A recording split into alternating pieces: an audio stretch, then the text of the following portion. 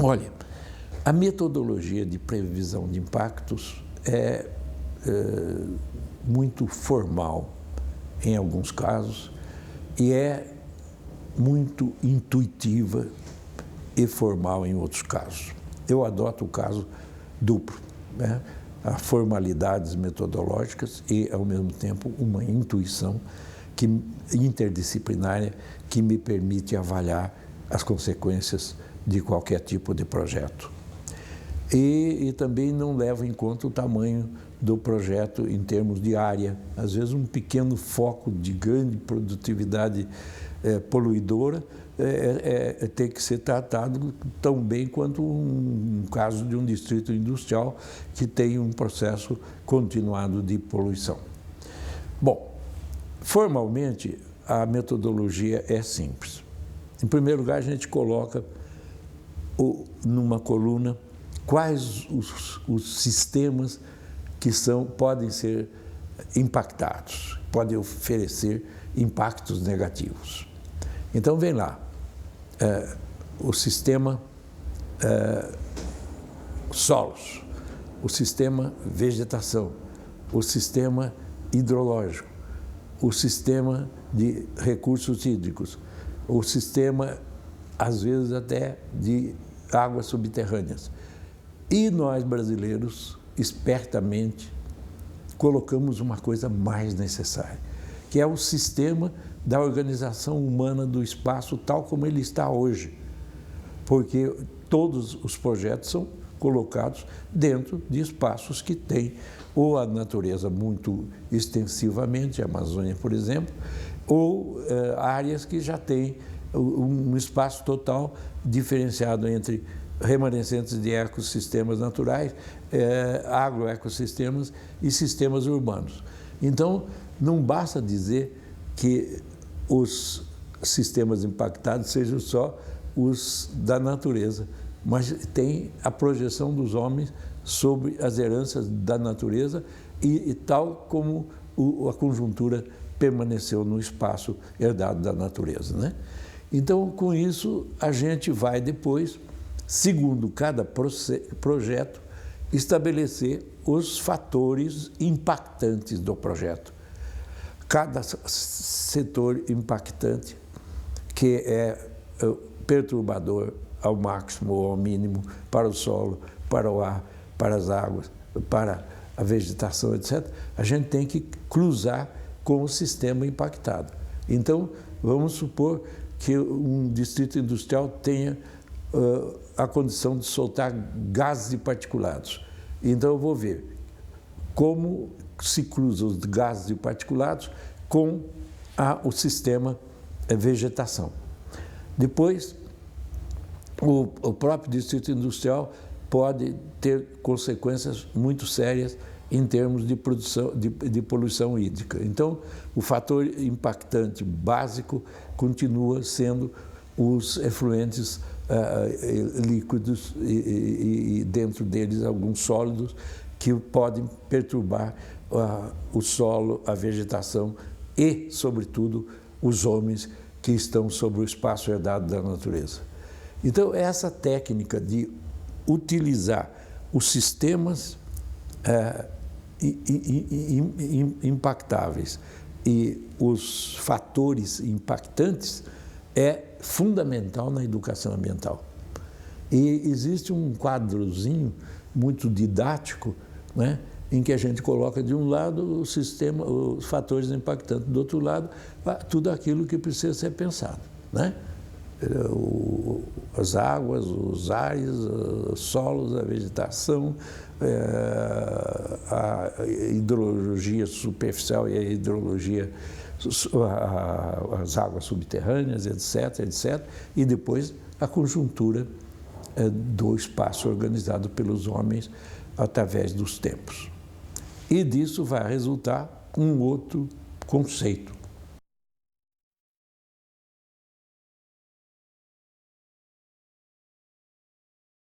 Foi introduzido no Brasil por Milton Santos um conceito genérico chamado do espaço total. E o Milton dizia que o espaço total é o estado atual da organização humana do espaço sobre o sítio urbano, sobre o relevo, sobre solos, etc. E, portanto, era uma herança do passado. Eu fiquei encantado com a ideia do espaço total. E, em primeiro lugar, eu procurei definir melhor espaço total em termos de dimensões, né? Porque eu posso dizer o espaço total do território brasileiro, e aí é uma coisa, e o espaço total da região de Ribeirão Preto e Sertãozinho é outra coisa, né? Então, eu levei em conta a necessidade de dimensionar e passei a utilizar o conceito de espaço total, em primeiro lugar, como um fragmento de uma territorialidade. E essa territorialidade também é variável, podia ser o Planalto Atlântico em São Paulo, podia ser a Serra da Mantiqueira e seus sopés, pode ser as serranias de Jundiaí e São Roque, pode ser a depressão periférica paulista entre as serranias de Jundiaí, São Roque e a Cuesta de Botucatu, ou pode ser os planaltos interiores a partir das escarpas da Cuesta de Botucatu. Então, existe a necessidade de identificar certas áreas para poder estudar o espaço total daquele lugar, daquela área pequena. Quando se diz lugar, não é um ponto, é uma pequena área. E o que está em vista no estudo é que aquela área pode ter remanescentes de ecossistemas naturais, bosques de florestas que sobraram do passado, que o poder público patrocinou algum sistema de proteção, ou bosques que os particulares houveram por bem conservar, antigas famílias de fazendeiros, né? Eu conheço aqui no interior de São Paulo alguns bosquetes fundamentais, porque tem ainda até jequitibás dentro da mata, que é um componente difícil da gente encontrar isoladamente. Mas como o remanescente do ecossistema natural foi preservado por famílias sensíveis e inteligentes e que têm um ideário da proteção da vida vegetal em alguns lugares, hoje é um parque público, né? E representa, a meu ver, uma situação muito importante. Então, o ecossistema, o espaço total tem ecossistemas remanescentes da natureza primária, muitas vezes modificado, basta diminuir muito a vegetação num certo espaço, que a fauna, uma parte da fauna vai embora, a outra fica por necessidades mínimas da vida micro-orgânica, por exemplo, insetos e outras, e até a presença de novos componentes que se instalam à medida que outros saíram, né? Que é um problema muito sério. Ainda hoje estava lendo um trabalho em que a pessoa falava sobre as perturbações em relação à fauna, que é a primeira que é molestada quando há uma grande devastação e sobra um espaço primário aparentemente similar ao do passado, mas nunca é tão similar, né? Tem vários sistemas de perturbação e então sai uma fauna, mas pode entrar outra. Por exemplo, pode entrar mais pássaros, né? E pássaros que vagam pelos espaços em períodos, por exemplo, de inverno, pode se aproveitar daquele espaço que hoje não tem tanta fauna primária. E essa condição no caso do estado de São Paulo, por exemplo, é muito pequena. Os bosques são pequenos, em fazendas, deixam o gado entrar, o gado leva com seu metabolismo complicado para dentro dos bosquetes, sementes e outras coisas mais que vão perturbar a vida primária. Então, os remanescentes de natureza em áreas muito povoadas, com muita história econômica e social, não são muito primários como a gente pretendia que fosse. Depois vem os agroecossistemas. Os agroecossistemas constituem espaços rurais, né, onde se pratica agricultura, pecuária e ponteando os espaços de agroecossistema existe a fazenda, a antiga colônia da fazenda e outras coisas mais. De forma que esse setor do espaço total, que é o agroecossistema, precisa ser bem estudado.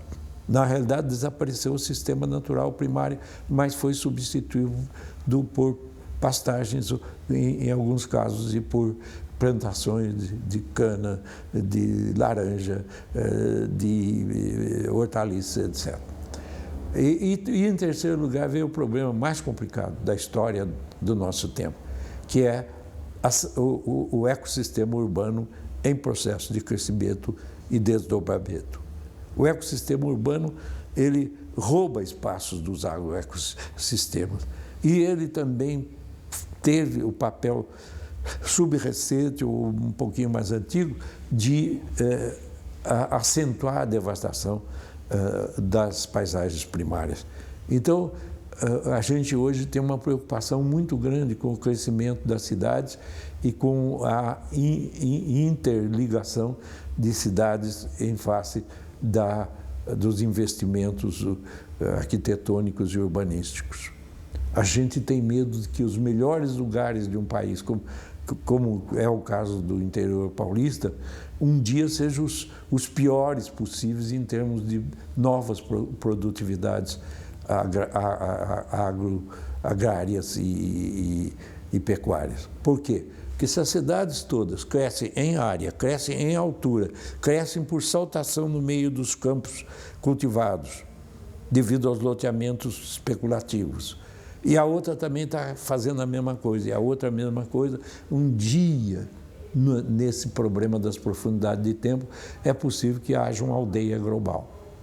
E essas conurbações não são simples, elas acontecem forçadamente em todos os lugares, quer no litoral paulista, quer no Médio Vale do Paraíba paulista, né? De Jacareí até Guaratinguetá, até Lorena, Guaratinguetá, envolvendo sobretudo São José dos Campos e Taubaté e Caçapava, etc.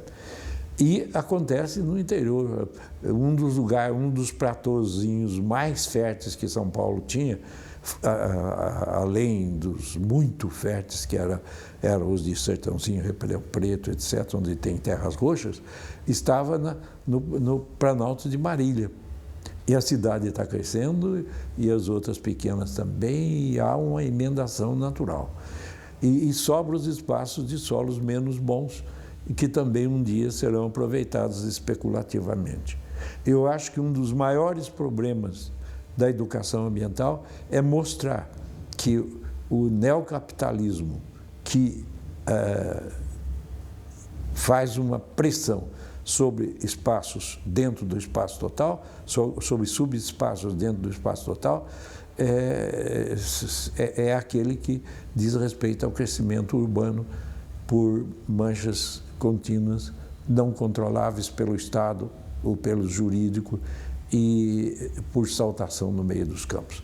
Uma vez eu estava numa das regiões de terra roxa mais interessantes do país, era Londrina, e lá, em cada ano, 3 ou 4 fazendas que estavam nos melhores solos do Brasil eram loteadas.